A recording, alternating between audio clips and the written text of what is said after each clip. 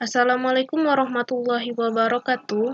Kami dari kelompok 5 dengan beranggotakan Rena Sinurat NPM F1C01902, Ingrid Hutagalung NPM F1C029026, Dea Permatasari NPM F1C01936 akan membahas materi dari kelompok kami dengan tema Pedoman Umum Ejaan Bahasa Indonesia.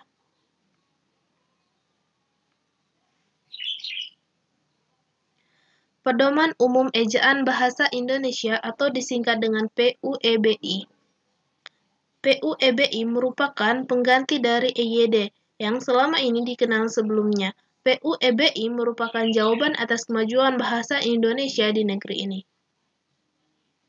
Ruang lingkup PUEBI yaitu pemakaian huruf, penulisan kata, pemakaian tanda baca, dan penulisan unsur. A. Pemakaian huruf. A. Huruf abjad. Huruf abjad adalah huruf yang dipakai dalam ejaan infosiah yang terdiri dari 26 huruf. Dapat dilihat pada tabel yang telah tertera di layar ini. B. Huruf vokal.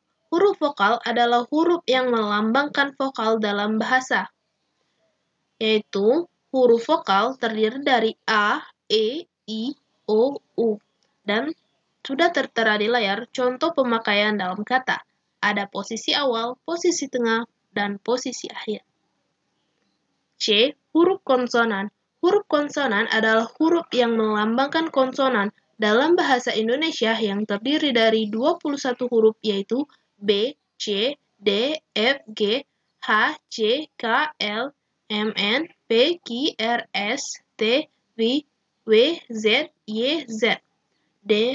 Huruf diftong. Dalam bahasa Indonesia terdapat 4 diftong, yaitu dilambangkan dengan gabungan huruf vokal yaitu A, I, A, U, E, I, dan O, I.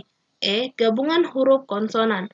Gabungan huruf konsonan K, H, N, G, N, Y, dan S, Y masing-masing melambangkan satu bunyi konsonan. F. Huruf kapital adalah huruf yang berukuran dan berbentuk khusus, lebih besar dari huruf biasa. Biasanya digunakan sebagai huruf pertama dari kata pertama. G. Huruf miring dipakai untuk menuliskan judul buku, nama majalah, atau nama surat kabar yang dikutip dalam tulisan, termasuk dalam daftar pustaka. H. Huruf tebal. Huruf tebal dipakai untuk menegaskan bagian tulisan yang sudah ditulis miring. Huruf tebal dapat dipakai untuk menegaskan bagian-bagian karangan seperti judul buku, bab, atau subbab. B. Penulisan kata. A. Kata dasar. Kata dasar dituliskan sebagai suatu kesatuan, misalnya, kantor pajak penuh sesak.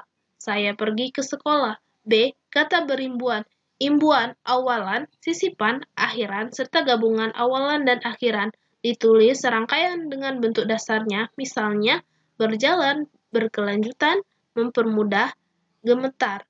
2. Bentuk terikat ditulis serangkaian dengan kata yang mengikutinya, misalnya adibusana, infrastruktur, proaktif, aerodinamika.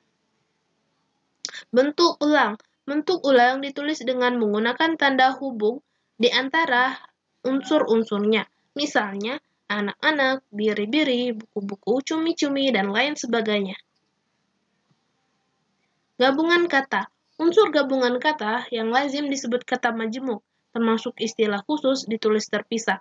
Misalnya, duta besar, model linear, kambing hitam, persegi panjang, orang tua, rumah sakit jiwa, simpang 4, meja tulis, mata acara, dan cenderamata. E. Pemenggalan kata. 1. Pemenggalan kata pada kata dasar dilakukan sebagai berikut. A. Jika di tengah kata terdapat huruf vokal yang berurutan, pemenggalannya dilakukan di antara kedua huruf vokal itu, misalnya buah dan niat. B. Huruf diftong A, I, A, U, E, I, dan O, I tidak dipenggal, misalnya pandai dan aula. C. Jika tengah kata dasar terdapat huruf konsonan, termasuk gabungan huruf konsonan, di antara dua huruf vokal, pemenggalannya dilakukan sebelum huruf konsonan itu, misalnya bapak dan lawan. Jika di tengah kata dasar terdapat dua huruf konsonan yang berurutan, pemenggalannya dilakukan di antara kedua huruf konsonan itu, misalnya April dan caplok. F. Pemenggalan kata. Kata depan seperti di, ke, dan dari ditulis terpisah dari kata yang mengikutinya. Misalnya, di mana dia sekarang?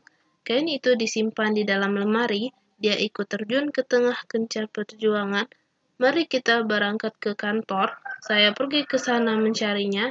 Ia berasal dari Pulau Penyengat. Cincin itu terbuat dari emas. G. Partikel. 1.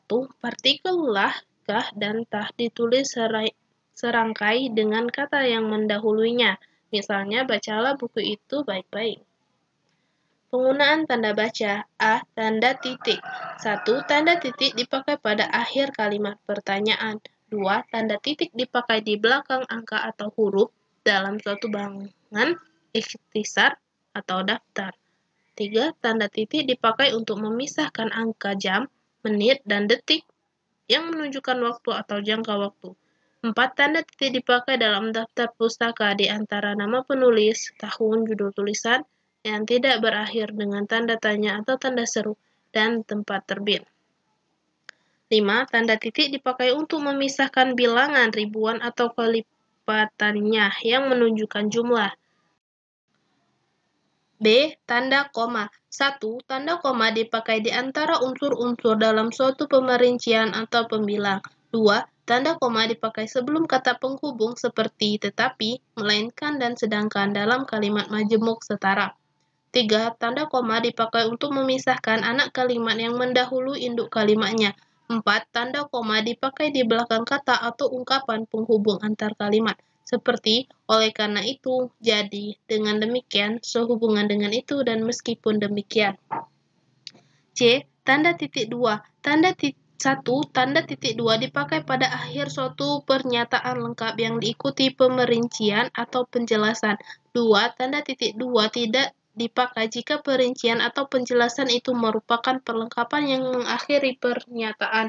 3. Tanda titik 2 dipakai sesudah kata atau ungkapan yang memerlukan pemerian. 4. Tanda titik 2 dipakai dalam naskah drama sesudah kata yang menunjukkan perilaku dalam percakapan. D.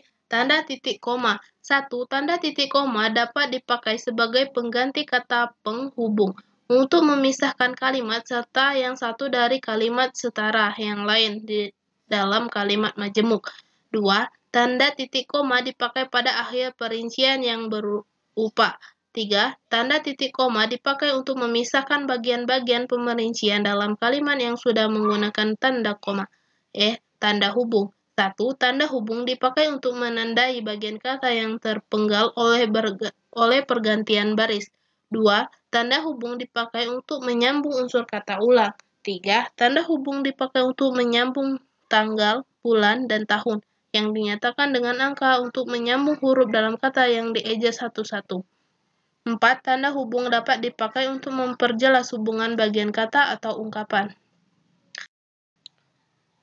D. Penulisan unsur. Dalam perkembangannya, bahasa Indonesia menyerap unsur dari berbagai bahasa, baik dari bahasa daerah seperti bahasa Jawa, Sunda, dan Bali, maupun dari bahasa asing seperti bahasa Sanskerta, Arab, Portugis, Belanda, Cina, dan Inggris. Berdasarkan taraf integrasinya, unsur serapan dalam bahasa Indonesia dapat dibagi menjadi dua kelompok besar. Pertama, unsur asing yang belum sepenuhnya terserap ke dalam bahasa Indonesia seperti force majeure, the factor jejure, dan I exploitation, the I home, part I home. Unsur-unsur itu dipakai dalam konteks bahasa Indonesia, tetapi cara pengucapan dan penulisan masing mengikuti cara asing. Kedua unsur asing yang penulisan dan pengucapannya disesuaikan dengan kaidah bahasa Indonesia. Dalam hal ini, penyerapan diusahakan agar ejaan diubah seperlunya, sehingga bentuk Indonesia masih dapat dibandingkan dengan bentuk aslinya. Terima kasih. Sekian presentasi dari kelompok kami. Jika ada kekurangan dari materi yang kami jelaskan, kami mohon maaf. Pada Allah kami mohon ampun. Wabillahi taufiq wal hidayah. Wassalamualaikum warahmatullahi wabarakatuh.